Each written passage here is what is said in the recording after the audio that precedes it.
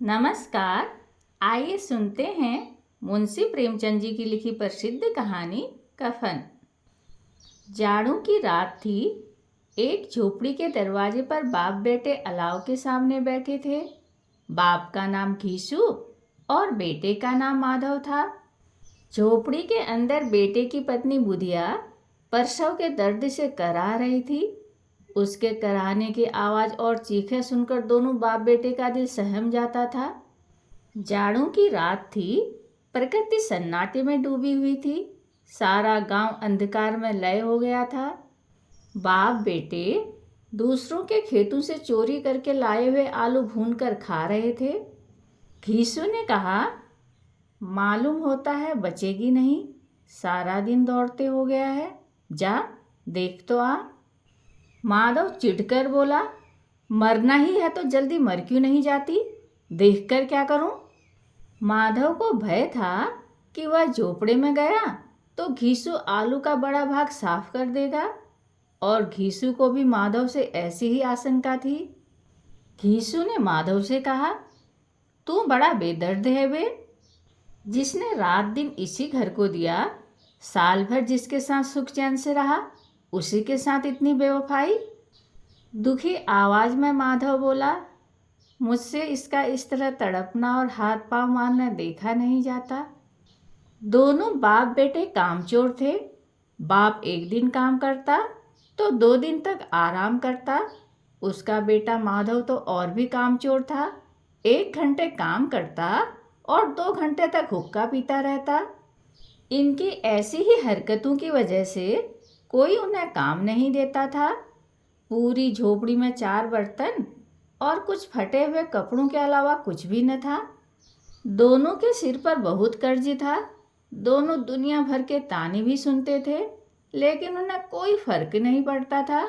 अगर कभी घर में खाने को कुछ नहीं होता तो आसपास के खेतों से चोरी करके कभी आलू, कभी मटर, कभी गन्ना ले आते थे। आखिर किसानों का गांव था। किसी न किसी खेत में मौसम के अनुसार कुछ न कुछ मिल ही जाता था। इसी तरह घीसू ने अपनी जिंदगी के 60 साल काट लिए थे।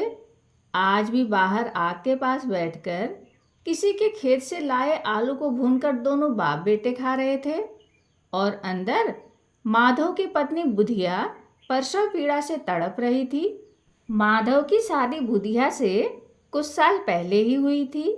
उसने घर को अच्छे से संभाल लिया था, लेकिन माधव और घीसू और भी ज़्यादा कामचोर हो गए थे। अभी दोनों के मन में था कि बुधिया जल्दी से दुनिया से चली जाए और वे आराम कर सकें। माधव ने आलू छीलते हुए कहा, बच्चा हो गया तो क्या करेंगे? हमारे घर में तो कुछ भी नहीं है। घीसू ने कहा, बच्चा आए तो सही, घर में भी सारा जरूरी सामान आ जाएगा। कल के दिन यही आस पड़ोस के लोग बच्चा होने पर बिना मांगे घर में ही चीज़ें देकर जाएंगे। घीसू और माधव को भूख इतनी ज़्यादा लगी थी कि वो गर्म गर्म आलू खाकर अपनी जीभ जला रहे थे। आलू खाते हुए ही घीसू को 20 साल पहले निकली ठाकुर के बारात में मिली दावत याद आ गई। उस बारात में जिस तरह घी में तली हुई पूरियाँ, कचौड़ियाँ और दूसरे व्यंजन खाने को मिले थे, वैसे दोबारा कभी नहीं मिला। यह सब सोचकर घीसू मुस्कुराया। तब तक आग में भुने हुए आलू खत्म हो चुके थे। दोनों वहीं अलाव के पास सो गए। बुधिया अभी भी दर्द से कराह रही थी। सुबह नींद खुलने पर माधव अपनी पत्नी को देखने अंदर गया, लेकिन तब तक उसका शरीर ठंडा हो चुका था। बुधिया की मौत हो चुकी थी। माधव भागते हुए पिता के पास गया और उसे बुधिया का हाल सुनाया। दोनों जोर जोर से रोने और छाती पीटने लगे। इतना शोर सुनकर आस पड़ोस के लोग दौड़ते हुए आए। सबने बुधिया की मौत पर शोक जताया। माधव और घीसू रोने पर ज़्यादा वक्त बर्बाद नहीं कर सकते थे, क्योंकि उन्हें कफन और लकड़ी का इंतजाम करना था। घर में तो पैसे थे नहीं। दोनों रोते रोते गांव के जमींदार के पास पहुंच गए। जमींदार को दोनों कामचोरी की वजह से बिल्कुल पसंद नहीं थे, लेकिन वह दयावान था। उसने 2 रुपये निकाल कर उन्हें दे दिए। ऐसे ही सबने घीसू को कुछ न कुछ दे दिया। घंटे भर में घीसू के पास 5 रुपये अनाज, लकड़ी व अन्य जरूरी सामान जमा हो गया था। बस अब जरूरत थी तो कफन की। दोपहर का समय था। दोनों बाप बेटे कफन खरीदने के लिए 5 रुपए लेकर बाजार चले गए। बाजार पहुंचकर घीसू ने कहा, लकड़ी तो मिल गई है, अब एक हल्का सा कफन खरीद लेते हैं। अच्छा खरीद कर भी क्या करेंगे, उसे तो जलना ही है। अब दोनों सस्ता और हल्का कफन खरीदने के लिए एक दुकान से दूसरी दुकान जाने लगे, लेकिन उन्हें सस्ता कुछ भी न लगा। तभी माधव ने कहा, कैसा रिवाज है, जिस औरत को जिंदा रहते हुए अच्छे कपड़े पहनने के लिए नहीं मिले, उसे मरने पर नया कफन ओढ़ाना होगा। ये 5 रुपए पहले मिलते तो अच्छे से दवाई कर लेते, शायद आज वह जिंदा होती। दोपहर से शाम हो चुकी थी, लेकिन उन्हें कुछ भाया नहीं। तभी उन्हें एक मैखाना दिखा। दोनों वहाँ गए और पहले एक बोतल ली, उसके बाद खाने के लिए मछली, पूरी, कचौरी और तमाम चीज़ें मंगवाई। दोनों ने आज खुलकर और पेट भर कर खाया। घीसू बोला, बहू को कफन ओढ़ाते तो क्या होता, जल ही जाता ना, कुछ भी बहू के पास नहीं पहुंचता।